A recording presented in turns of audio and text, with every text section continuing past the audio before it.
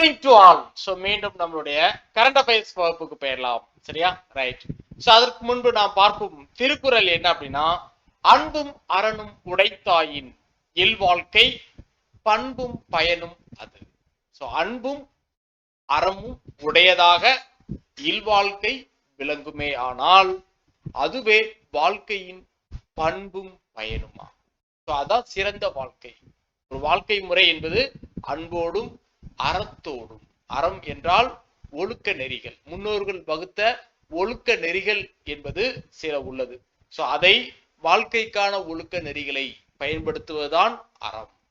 அன்போடு பழகுதல், இதுதான் இல்வாழ்க்கை சிறந்து விளங்குவதற்கு முக்கியமான இரண்டு அம்சங்கள். அதைத்தான் வள்ளுவர் அன்பும் அறனும் உடைத்தாயின் இல்வாழ்க்கை பண்பும் பயனும் அது அப்படிங்கிற திருக்குறள் மூலம் உணர்த்துகிறார். போலாமா? வாங்க. G20 மாநாடு, பிரதமர் இத்தாலி பயணம் மேற்கொள்கிறார்.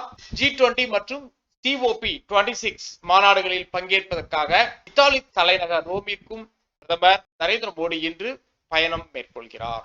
ஞாயிற்றுக்கிழமை வரை அங்க இருக்கிறார்.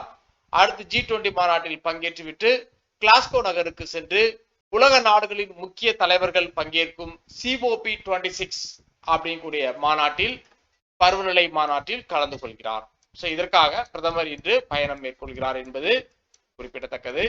அதற்கு இடையில் பிரான்ஸ் பயணம் சென்று அங்க வந்து பிரான்சிஸ் என்ன பண்றார், சந்திக்கிறார் என்பதும் இடைப்பட்ட ஒரு சந்திப்பு. இந்த COP மாநாட்டில் காற்றாலை மற்றும் சூரிய சக்தி மூலம் பெறப்படும் மாற்று எரிசக்தியில் உலகிலேயே இந்தியா முன்னிலை வகிக்கிறது அப்படிங்கிறத எடுத்துரைக்க உள்ளார் பிரதமர் என்பதும் குறிப்பிடத்தக்கது. சோ அந்த மாநாட்டுல என்னென்ன பேசுறார் என்பது அந்த நாள் தெரியும். சரியா? தென் அவர் பயணம் மேற்கொள்ளும் இடங்கள் இந்த ரெண்டு தான். ஃபர்ஸ்ட் வந்து இட்டாலியில தான் இப்ப நடக்குது நாளைக்கு.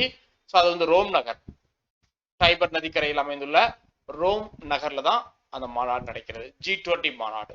அதற்கு அடுத்து ஸ்காட்லாண்ட்ல இருந்து கிளாஸ்கோ அப்படின்னு கூடிய சிட்டி. அங்க வந்து COP மாநாட்டிலும் கலந்து கொள்கிறார். சரியா? சோ இங்கிலாந்து, யூகேனுடைய ஒன் ஆஃப் த பார்ட் தான் ஸ்காட்லாந்து. சோ அங்கதான் கிளாஸ்கோ இருக்குது, அதுலதான் அந்த மாநாடு நடைபெற உள்ளது. சோ இது வந்து ஃபுல் அண்ட் ஃபுல் வந்து யூரோப்பியன் கண்ட்ரி. ஆசியான் நாடுகளின் ஒற்றுமைக்கு இந்தியா முக்கியத்துவம் அளிக்கும் அப்படின்னு சொல்லி இந்திய பிரதமர் அந்த மாநாட்டில் உரையாற்றியிருக்கிறார் காணொலி வாயிலாக. ஆசியான் நாடுகளின் ஒற்றுமைக்கும் அவற்றின் மைய செயல்பாடுகளுக்கும் இந்தியா எப்போதும் முக்கியத்துவம் அளித்து வருகிறது என்று பிரதமர் நரேந்திர மோடி கூறினார். இந்தியா ஆசியான், தென்கிழக்கு ஆசிய நாடுகளின் கூட்டமைப்பு தான் ஆசியான் அப்படின்னு சொல்லுவாங்க. சோ இடையான உச்சி மாநாடு காணொலி முறையில் வியாழக்கிழமை நடைபெற்றது. அதுலதான் பேசியிருக்கார். ஓகேவா? இந்த ஆசியன் அமைப்போடு இந்தியா நட்புறவு கொண்டு கிட்டத்தட்ட 30 ஆண்டுகள் அடுத்த ஆண்டு முதல் நிறைவு பெற உள்ளது. அதனை முன்னிட்டு இந்தியா ஆசியான் நட்புறவு ஆண்டாக 2022 கொண்டாடுவோம் அப்படின்னு சொல்லியும் பிரதமர் பேசியிருக்கிறார். இந்த ஆசியான் நாடுகள் வந்து மொத்தமா 10 நாடுகள், எல்லாமே தென்கிழக்கு ஆசிய நாடுகள் தான். Laos, Myanmar, Vietnam, Cambodia, Thailand, Malaysia, Singapore, Indonesia, Brunei, Philippines. So இந்த 10 நாடுகளும் இணைந்து இந்த மாநாட்டை நடத்துகிறது. இதுல மியான்மர் மட்டும் தற்பொழுது அதற்கு அழைப்பு விடுக்கவில்லை. ஏனென்றால் அங்கு ராணுவ ஆட்சி நடைபெறுவதால் அந்த நாட்டுக்கு அழைப்பு வேண்டாம் என்று இந்த ஆசியான் அமைப்பு முடிவு செய்துள்ளது. சரியா? ரைட். சோ இந்தியா, ஆஸ்திரேலியா இந்த நாடுகள்லாம் வந்து நட்பு நாடுகள் என்பது குறிப்பிடத்தக்கது. மருத்துவ சேவைகளை ஆக்கப்பூர்வமாக அளிப்பதில் தமிழகம் முதலிடம். மருத்துவ சேவைகள் உரிய பயனாளிகளை சென்றடையும் மாநிலங்கள் பட்டியலில் தமிழகம் முதலிடத்தில் உள்ளது என்று ஜிண்டால் குளோபல் பல்கலைக்கழகம் வெளியிட்டுள்ள ஆய்வறிக்கையில் தெரிவிக்கப்பட்டுள்ளது. சுகாதார சேவைகளை பொறுத்தவரை மருத்துவ காப்பீடு, மகப்பேறு சேவைகள், பிரசவம், குழந்தைகளுக்கான தடுப்பூசி மற்றும் அரசு மருத்துவமனைகளின் படுக்கை வசதி போன்ற விவரங்கள் தேசிய அளவில் ஒப்பீடு செய்யப்பட்டு இந்த பட்டியல் வெளியிடப்பட்டது அப்படின்னு சொல்லியிருக்காங்க அந்த அமைப்பு. சென்னை வெள்ள தடுப்பு திட்டங்களுக்கு 1877 கோடி கடன் இந்தியா ஆசிய வளர்ச்சி வங்கி இடையே ஒப்பந்தம் செய்யப்பட்டுள்ளது. சென்னையில கொசஸ்தலை ஆறு தான் வந்து அதிகமா வெள்ளப்பெருக்கை ஏற்படுத்தக்கூடிய ஒரு ஆறு. அந்த ஆற்று பகுதிகளில் வெள்ளப்பெருக்கு ஏற்படாமல் தடுப்பதற்கு ஆசிய வளர்ச்சி வங்கி கடனுதவி அளிக்கிறது இந்தியாவுக்கு, தமிழகத்துக்கு. சென்னையில் வெள்ள தடுப்பு மேம்பாட்டு பணிகளுக்கு 1877 கோடி கடனுதவி வழங்குவதற்கான ஒப்பந்தத்தில் இந்தியாவும் ஆசிய வளர்ச்சி வங்கியும் வியாழக்கிழமை கையொப்பமிட்டது. சென்னை நகரில் வெள்ள தடுப்பு ஏற்படுத்துவதில் இருந்து தடுப்பதற்காக கொசஸ்தலை ஆறு பாயும் பகுதிகளில் கட்டமைப்புகள் மேம்படுத்தப்பட உள்ளன.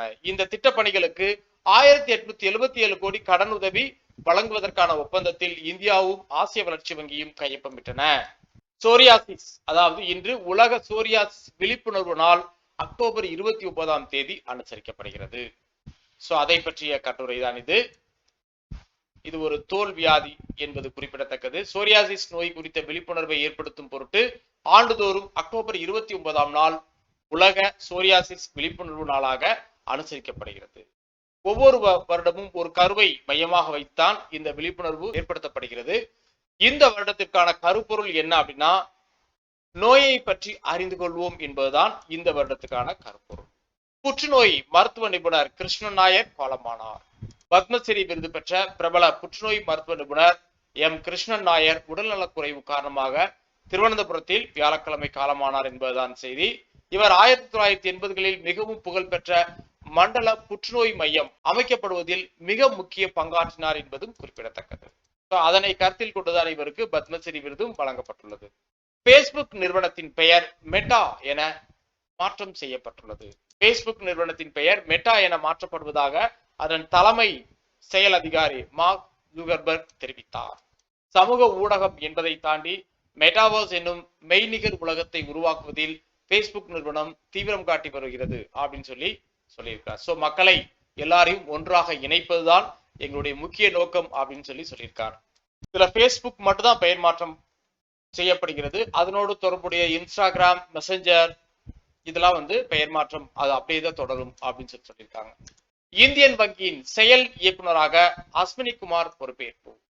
இந்தியன் வங்கியின் செயல் இயக்குநராக அஸ்வினி குமார் பொறுப்பேற்றுக் கொண்டார் என்பது குறிப்பிடத்தக்கது. இதற்கு முன்பு இவர் பஞ்சாப் நேஷனல் வங்கியின் மும்பை மண்டலத்தின் தலைமை பொது மேலாளராக பணியாற்றி வந்தார். சரக்கு கையாளுதல், வேளாண் ஏற்றுமதியை மேம்படுத்த தலைமை செயலர் தலைமையில் குழு அமைக்கப்பட்டுள்ளது. இந்த குழு 6 மாதத்துக்கு ஒரு முறை கூடி எவ்வாறு நம்ம ஏற்றுமதி செய்கிறோம் அப்படிங்கறத பத்தி எல்லாம் விவாதம் செய்வாங்க. அதற்காகத்தான் இந்த குழு அமைக்கப்பட்டுள்ளது. சரக்கு கையாளுதல், வேளாண் மற்றும் சேவை ஏற்றுமதியை மேம்படுத்த மாநில அளவில் தலைமை செயலர் தலைமையில் புதிய குழு அமைக்கப்பட்டுள்ளது. தற்போதைய தலைமை செயலர் இறையன்பு என்பதும் குறிப்பிடத்தக்கது. இந்த குழுவில் தொழில், நிதி, கால்நடை பராமரிப்பு, கைத்தறி, சிறு குறு நடுத்தர தொழில்கள், வேளாண்மை ஆகிய துறைகளின் செயலர்கள் மற்றும் ஏற்றுமதி கவுன்சில் அல்லது ஏற்றுமதியாளர்கள் சங்க பிரதிநிதிகள் உறுப்பினர்களாக இருப்பார். மத்திய புவி அறிவியல் அமைச்சகத்தின் செயலராக தமிழகத்தை சேர்ந்த எம் ரவிச்சந்திரன் நியமனம் செய்யப்பட்டுள்ளார். இயற்கை பேரிடரால் ஏற்படும் உயிரிழப்புகளை குறைக்க நடவடிக்கை எடுப்பதுதான் இந்த அமைச்சகத்தின் முக்கிய பணி. இயற்கை பேரிடர்களான மழை, வெள்ளம், புயல், சுனாமி, அதிக வெப்பத்தை கண்காணித்து மாநில அரசுகளுக்கு தெரிவித்து இப்பாதிப்புகளில் இருந்து மக்களை காக்கும் பணிகளில் மத்திய புவி அறிவியல் அமைச்சகம் முக்கிய பங்கு வகிக்கிறது. இந்த அமைச்சகத்தின் செயலராகத்தான் தமிழகத்தை சேர்ந்த எம் ரவிச்சந்திரனை மத்திய அரசு நியமித்துள்ளது. இவர் தேனி மாவட்டம் பத்ரகாளிபுரத்தில் பிறந்தவர் என்பதும் குறிப்பிடத்தக்கது. 600 ஆண்டுகள் பழமையான அடுக்கு நிலை நடுகள் அருப்புக்கோட்டை பந்தல்குடியில் கண்டெடுப்பு. அடுக்கு நிலை என்றாலே அங்கு சதி மேற்கொள்ளப்பட்டது அப்படின்னு கூறப்படுகிறது. இது பொதுவாக மதுரை ஆண்ட விஜயநகர மன்னர்கள் காலத்தில் நடந்த உட்பூசல் போது உயிரிழந்த வீரர்கள், சதி மேற்கொண்ட வீரர்களின் துணைவிகள் நினைவை போற்றும் வகையில் இந்த 4 நிலை நடுகள் அமைக்கப்பட்டுள்ளது. சதி என்பது நமக்கு ஆல்ரெடி தெரியும். கணவர் இறந்தவுடன் மனைவியும் இறந்து விடுவார். சோ அதற்காகத்தான் இந்த அடுக்கு நிலை நடுகளை நட்டிருக்காங்க அப்படின்னு சொல்றாங்க. பருவநிலை மாற்றம் தொடர்பாக மாநாடு எங்கு நடைபெற உள்ளது? கிளாஸ்கோ, இங்கிலாந்து. காற்றாலை மற்றும் சூரிய சக்தி மூலம் பெறப்படும் மாற்று எரிசக்தியில் உலகளவில் முன்னிலை வகிக்கும் நாடு இந்தியா. எந்த ஆண்டு இந்தியா ஆசியான் நட்புறவு ஆண்டாக கொண்டாடப்பட உள்ளது? 2022 ஆண்டு. ஆசியான் கூட்டமைப்பின் மொத்தம் எத்தனை நாடுகள் உள்ளது? 10 நாடுகள் உள்ளது. மருத்துவ சேவைகள் பயனாளிகளை சென்றடையும் பட்டியலில் முதலிடம் பிடித்த மாநிலம் தமிழ்நாடு. சென்னை வெள்ள தடுப்பு திட்டங்களுக்கு கடன் உதவி வழங்கும் வங்கி எது? ஆசிய வளர்ச்சி வங்கி. கொசஸ்தலை ஆறு எங்கு பாய்கிறது? சென்னை. உலக சோரியாசிஸ் விழிப்புணர்வு தினம் எந்த நாள் அனுசரிக்கப்படுகிறது? அக்டோபர் 29. உலக சோரியாசிஸ் விழிப்புணர்வு தினத்தின் கருப்பொருள் நோயை பற்றி அறிந்து கொள்வோம். சமீபத்தில் காலமான பத்மஸ்ரீ விருது பெற்ற கிருஷ்ணன் நாயர் எந்த துறையை சேர்ந்தவர்? புற்றுநோய் மருத்துவ நிபுணர். பேஸ்புக் நிறுவனத்தின் புதிய பெயர் மெட்டா. இந்தியன் வங்கியின் செயல் இயக்குநராக பொறுப்பை ஏற்றவர் அஸ்வினி குமார். சரக்கு கையாளுதல் வேளாண் ஏற்றுமதியை மேம்படுத்த யார் தலைமையில் குழு அமைக்கப்பட்டுள்ளது? தலைமை செயலர். மத்திய புவி அறிவியல் அமைச்சகத்தின் செயலராக நியமிக்கப்பட்டவர் எம் ரவிச்சந்திரன். 600 ஆண்டுகள் பழமையான அடுக்கு நிலை நடுகள் எங்கு கண்டெடுக்கப்பட்டது? அருப்புக்கோட்டை. இதான் இன்றைக்கான கரண்ட் அஃபேர்ஸ் கேள்விகள். மீண்டும் அடுத்த வீடியோவில் சந்திப்போம். தேங்க்யூ.